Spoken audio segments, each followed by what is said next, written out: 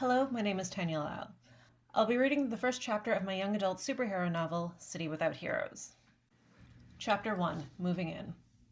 At her last school, Indira had heard every hopeful and melodramatic monologue possible about moving to a new city. As the new kid, they hated it there, and it would be a great opportunity to start over. No one knew them, which was wonderful and terrible.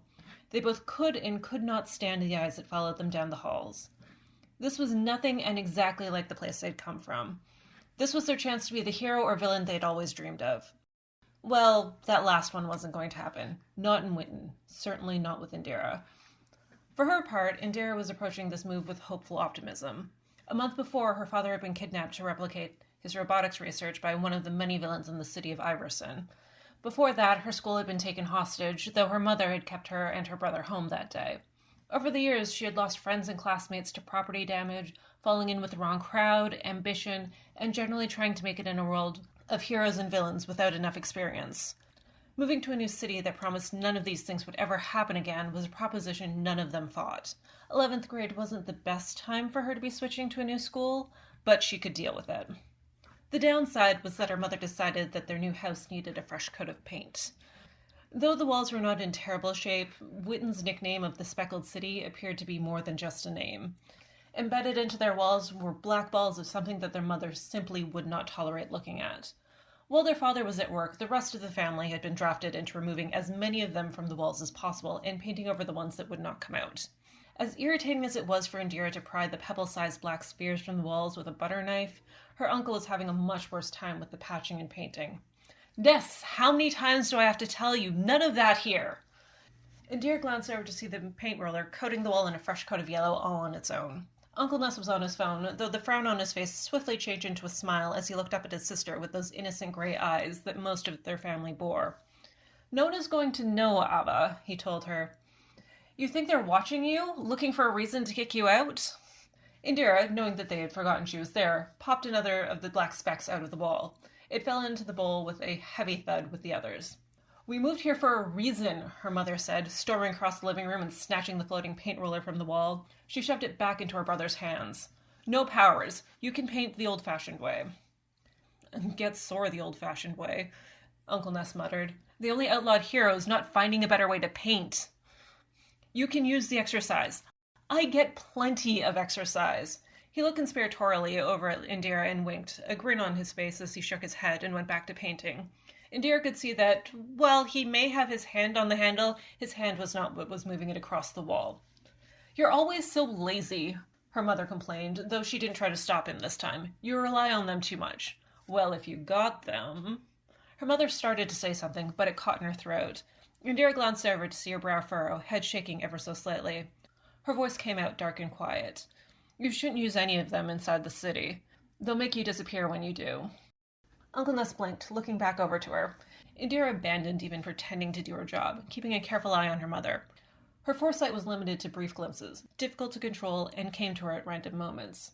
Her mother knew this full well, however, and would often say things that sounded like a premonition that were actually meant to get them back to work. It was nearly impossible to tell foresight from her screwing with them at this point, though sometimes they could catch the slightest shift in those gray eyes to tell them she was serious. You're just saying that, right? He asked. Just paint, Ness. Ava, what paint? Indira caught the glimmer of a grin on her mother's face and relaxed. If she wasn't worried about it, then Indira didn't need to be. Indira tuned out Uncle Ness as he continued to complain about painting the old way, scanning the wall for any more signs of black specks. She knew it was only a matter of time now before he tried to bring her into this, and she knew better than to be here when he did. The wall appeared to be mostly clear except for the few that were embedded so deeply that it would leave a substantial hole in the drywall if she tried to pry them out. Satisfied, she stepped down from the chair and dropped the bowl on the kitchen counter. She could feel her uncle's eyes on her, ready to draw her into his pleas, but her mother was quicker. Where are you going? Her mother asked, not looking away from her uncle. To help Raz, Indira said, already heading towards the stairs. Make sure he isn't putting holes in the wall. You're going to leave me alone with her? Uncle Ness demanded, but Indira was already rushing up the stairs, letting her long braid hit her back with every step. The betrayal in his words was undermined by the laughter in his voice, and was followed by the sound of a light smack to his arm. Her brother was nowhere in sight at the top of the stairs or in the hallway he was meant to be painting, but neither was any sign of those little black specks. In their place were little patches of wet paint, and the faint sound of his voice coming from the bathroom at the end of the hall. Indira took a cursory look at the walls, deciding that their mother would be content with the job, before going to see what was going on. "Shiraz?" he asked. She knocked on the door and he fell silent. "Everything good in there?" "No, it's just Indy," he said as he opened the door. The 14-year-old looked back at her, his gray eyes disapproving as he shook his head. She could see the headphones in his ears and the phone in his other hand. "What do you want?" "Rude." Indira was smiling as she said it, stepping back from the door. "Just seeing if you need help." Shiraz leaned at the door to hear the commotion happening downstairs.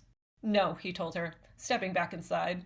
Through the door, she could see he had another bowl of small black specks that was quickly filling, and several bits of the bathroom had been filled.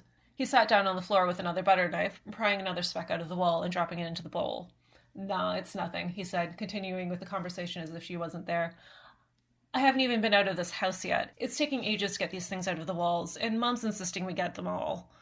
He pushed the door closed and Indira left him, heading to her own room. Boxes of her things were piled up in one corner, with her bed covered in plastic and a can of paint in the corner.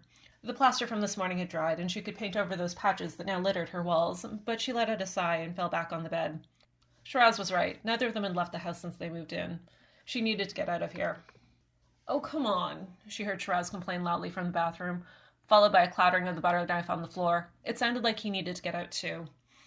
They knew none of the city outside of this house and the black speckled walls. They were starting school tomorrow and didn't even know where the building was. At the very least, they could use a break from the paint fumes inside the house. Indira lay there for a moment longer before she finally got back onto her feet. She grabbed her sweater and her purse off the top of a pile of boxes, checking her phone. She frowned at the lack of missed calls or messages, but let it slide. Her friends likely had other matters to attend to today, and she had other things to do right now. She went to the bathroom door and gave it one hard knock. "Raz, get your stuff. We're getting out of here."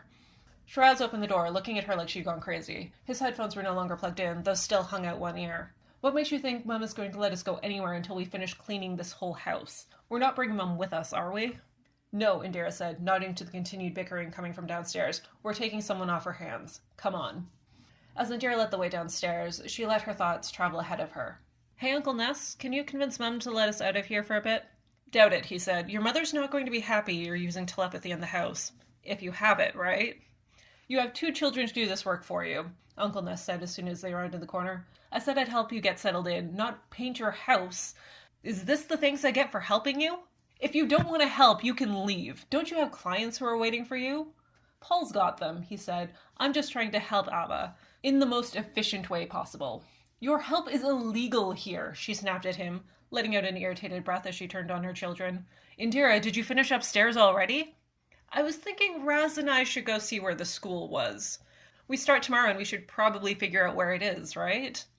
Her mother stared them both down, though neither Indira nor Shiraz balked at her gaze. "Take your uncle with you," she said finally, after a very long and appraising look. "He's going to mess up my walls if he keeps this up. I don't know how anyone deals with you, Ness. You're impossible." "And yet you trust me with your kids," Uncle Ness said, gladly putting down the paint and heading for the door. "Come along, children. We're off to take a look at the brand new school you're going to and all the magical things within it." Raz laughed in the way that teenagers do when adults think they're being funny, but they are unimpressed. Uncle Ness said nothing loud and continued to lead them to the door, his voice in their minds. "You appreciate this, or I convince her to make you take over my painting." Shiraz shut up, but Indira let a grin cross her face. If her mother was really going to insist on no abilities now that they moved to Witten, then she was going to try and enjoy Uncle Ness's company until he had to go back. Thank you for listening.